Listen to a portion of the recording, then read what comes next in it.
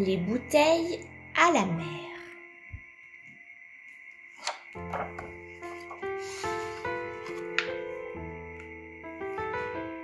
Maintenant qu'il sait écrire, Théo décida que cela devrait lui servir.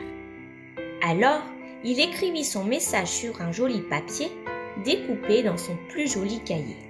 « Je m'appelle Théo et j'ai 7 ans. J'habite de l'autre côté de l'océan.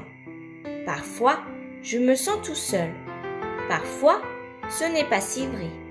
Que quelqu'un me réponde, c'est vraiment ce que je voudrais. »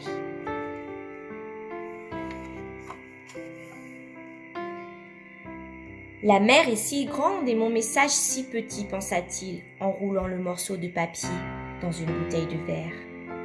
Il la ferma avec un bouchon de liège et de toutes ses forces lança la bouteille, loin, loin, le plus loin qu'il put.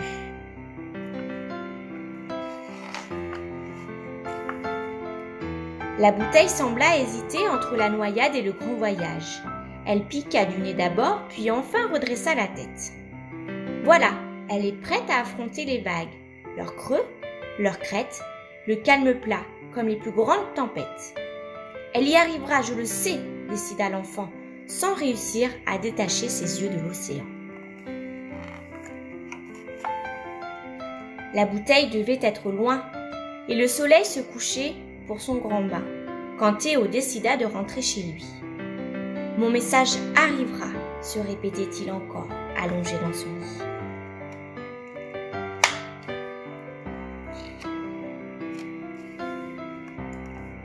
Le lendemain, Théo revint sur la plage. Bien entendu, il ne chercha pas sa bouteille et son message. Il devait voguer plus loin que l'horizon à présent, à des kilomètres qui se mesuraient par 100 et 100 et 100. Le garçon décida qu'il faudrait compter 2 ou 3 jours, peut-être 4 ou 5 pour qu'elle arrive. Il ne savait pas trop où exactement. 3 ou 4 encore pour que quelqu'un la trouve? Allez, peut-être 5 ou 6, qui sait. Mais Théo, qui calculait si bien, n'osait pas se l'avouer. Pourtant, ce jour-là, c'est déjà une réponse qu'il attendait. Oui, mais si un requin l'avale, ou une baleine, si elle se brise en 1000 morceaux sur les rochers, si le bouchon, si une tornade, un ouragan, elle est si petite, et l'océan si grand.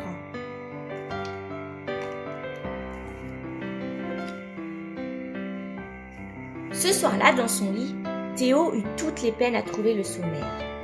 Alors, comme il savait le faire si bien, avant de partir à l'école dès le lendemain matin, il rédigea un autre message très appliqué sur une autre page de son joli cahier. Dans une autre bouteille en verre, il glissa le papier, enfonça le bouchon et de toutes ses forces comme la première, l'envoya elle aussi voyager. « C'est moi qui ai déjà écrit. Théo, celui qui vit de l'autre côté de l'océan. Si tu as trouvé mon message, il faut que tu répondes.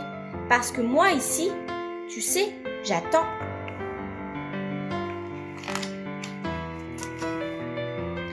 Mais c'est si long d'attendre face au grand océan. C'est pire encore quand on n'a que 7 ans. Quand le vent se levait, Théo pensait que c'était pour se moquer, que les vagues et ses messages n'avaient fait qu'une bouchée. Pourtant, chaque jour, Théo revenait et il attendait, patiemment, chaque jour, inlassablement.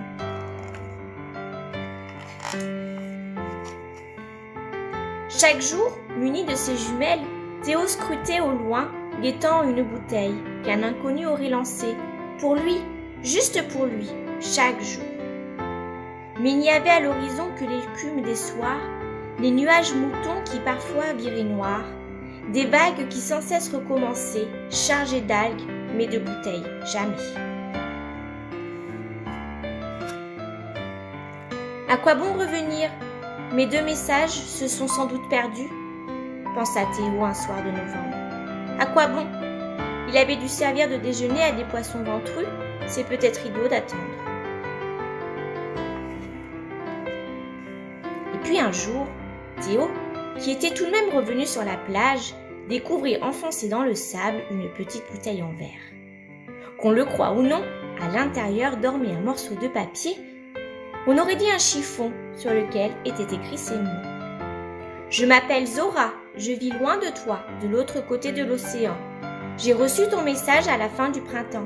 S'il te plaît, j'aimerais que tu m'écrives encore parfois. Moi aussi, je me sens seule. Bien sûr, ce n'est pas toujours vrai, mais réponds-moi, j'attendrai. Je te promets que j'attendrai.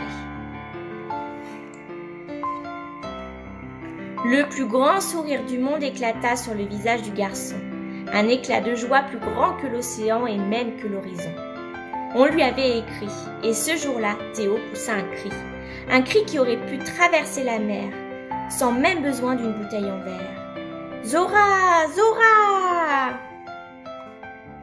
C'est alors qu'à quelques mètres de lui, il ne l'avait pas vue, une fille, 7 ans, pas beaucoup plus, tourna la tête et répondit « Oui, c'est moi Zora.